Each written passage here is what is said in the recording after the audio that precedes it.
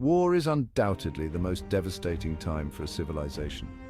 With all the great things we can do, it is sometimes convenient to forget about the other darker side that we have.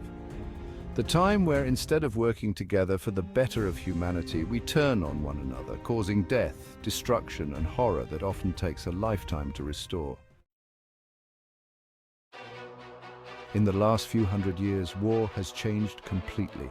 From men almost aimlessly running towards one another with swords, arrows, and rocks, to systematically built death machines with the ability to destroy our entire world many times over.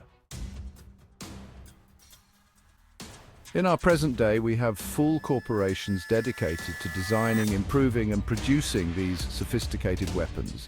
Entire industries and millions of jobs all surrounding the arms industry.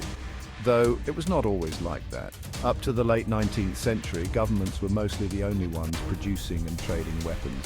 And although international arms trading existed, it was on a small scale with little to no sophisticated weapons. This all came to an end with the invention of the Maxim gun, the first fully automatic gun, and the invention that completely changed the face of wars. The Maxim gun made the West's technological advantage in warfare so noticeable, so visible, it made war unfair. Those who viewed the gun on the battlefield at this stage, mostly as a part of colonial wars or suppressing coups in Europe's colonizations in a terrible fashion, described it as a visible wave of death. Hiram Stevens Maxim, the inventor of the gun, understood the power that he had and the advantage it could give to a certain side in a conflict, and decided to capitalize on it. He started touring with it in different parts of Europe, showing and impressing different leaders, closing deals as an individual, and becoming a very wealthy man in the process. This was, in effect, one of the first and by far the most significant times where a private entity, an individual who did not represent a country, sold weapons to different armies. Maxim and the men who followed him had only just begun.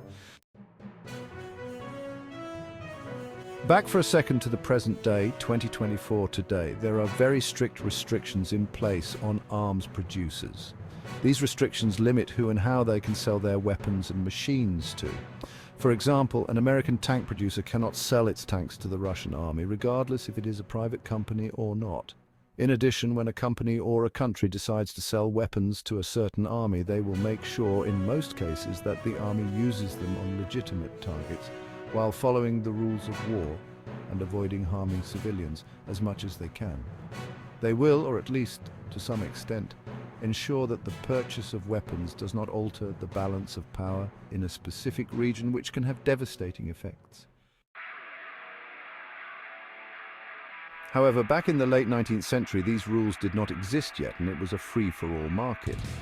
This allowed and caused arms producers to often sell weapons to both sides of a conflict, or even worse, sell substantially more advanced weaponry to a certain side in a conflict, causing an alter of powers in a conflict. This in turn could cause an arms race or even a full-scale war.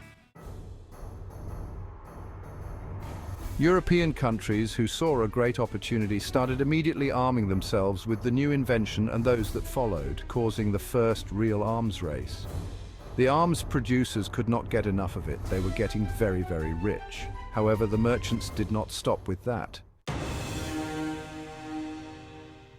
They had the interests that demand for their product would raise. And when is demand for weapons the highest? During a war. Arms merchants started striving and conspiring to raise global tensions and in turn cause more war and more demand for their weapons. This all came to a boil in the summer of 1914 when the world went to the largest, deadliest, most devastating war ever seen up to that point in history. With over 17 million deaths and countless injuries, it was a truly catastrophic event. Although historians differ on the direct impact of arms merchants and the new inventions on the war's start, they undoubtedly caused the war to be far deadlier than it could have been. The impact of capitalism on conflict and war, especially during World War I, is significant.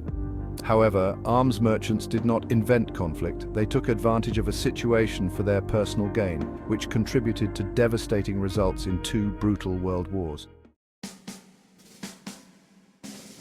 Following the two world wars, a new global order had emerged with two dominating superpowers at its top, fundamentally transforming the arms trade.